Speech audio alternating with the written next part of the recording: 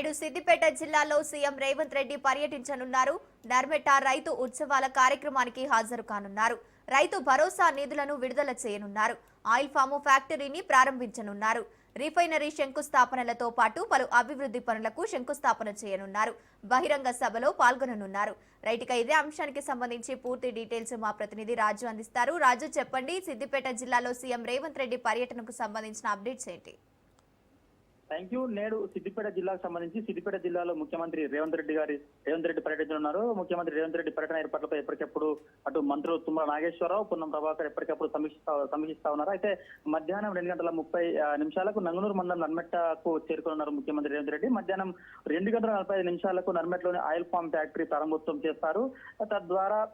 తదనంతరం రైతు మహోత్సవంలో పాల్గొని అక్కడే ఏర్పాటు చేసిన వ్యవసాయం, దాని అనుబంధ రంగాలకు సంబంధించినటువంటి 150 స్టాల్స్ ను సందర్శిస్తారు.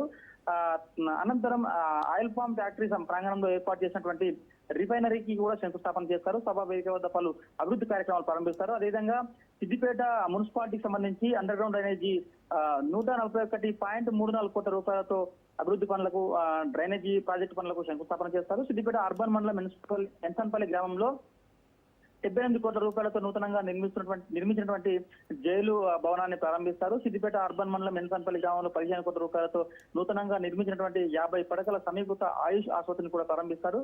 3.60 కోట్ల రూపాయలతో ఎన్సన్పల్లిలో నూతనంగా ఏర్పాటు చేసినటువంటి సెంట్రల్ మెడిసిన్ స్టోర్ ను కూడా ప్రారంభిస్తారు. నంగనూరు మండలం గట్లమల్లెలలో 1.43 కోట్ల రూపాయలతో నూతనంగా నిర్మించినటువంటి పిఎస్సి భవనాన్ని కూడా ప్రారంభిస్తారు.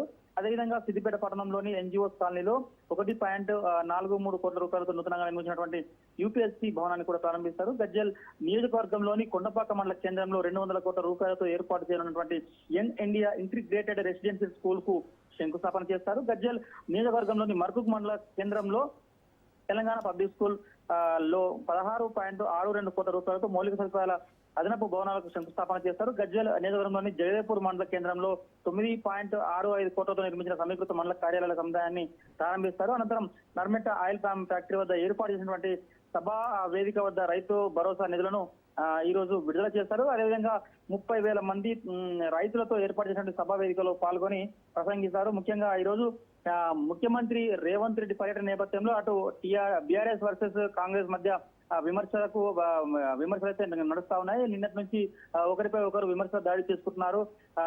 బీఆర్ఎస్ ప్రభుత్వంలో మాత్రమే 300 కోట్ల రూపాయలతోని అభివృద్ధి పనులకు, అంటే నర్మెట్ట ఆయిల్ ఫామ్ ఫ్యాక్టరీకి సంబంధించినటువంటి నిధులు విడుదల చేశామని చెప్పి అటు బీఆర్ఎస్ నాయకులు అంటుండగా, లేదు ఖచ్చితంగా కాంగ్రెస్ పార్టీ మాత్రమే ఈ నిధులని విడుదల చేసి ఆయిల్ ఫామ్ ఫ్యాక్టరీ 16 నెలలను పూర్తి చేసిన ఘనత కాంగ్రెస్ పార్టీ అని చెప్పి అటు తుమ్మల నాగేశ్వరరావు కూడా ప్రతి సవాల్ విసిరారు.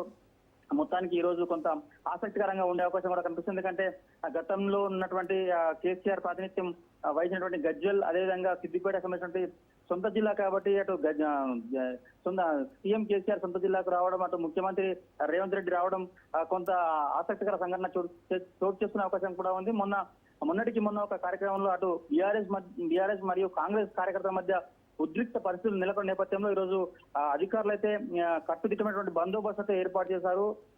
మొత్తానికి పూర్తి స్థాయిలో ఖచ్చితంగా అటు పాసులు ఉంటేనే లోపలికి అనుమతించే విధంగా ఏర్పాటు చేశారు.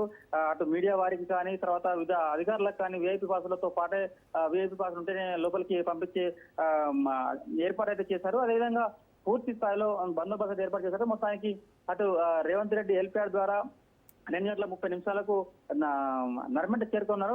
తదనంతరం ఒకవేళ సాయంత్రం వాతావరణం అనుకూలిస్తే హెలిప్యాడ్ ద్వారా వెళ్తారు, లేకపోతే బస్సు మీద వెళ్లేందుకు కూడా రోడ్డు మార్గాన్ని కూడా అటు క్లియర్ చేశారు. ఈ విధంగా ఈ రోజు ముఖ్యమంత్రి రేవంత్ రెడ్డి పర్యటన కొంత ఆసక్తికరంగాను, తర్వాత అభివృద్ధి పనుల శంకుస్థాపన చేసే విషయంలో కొద్దిగా ఉద్రిక్త పరిస్థితులు కూడా నెలకొనే అవకాశం ఉన్న నేపథ్యంలో అటు అధికారులు, ఇటు పోలీసులు పూర్తి స్థాయి బందోబస్తు ఏర్పాట్లు అయితే ఇప్పటివరకైతే చేశారు. Right, thank you Raju.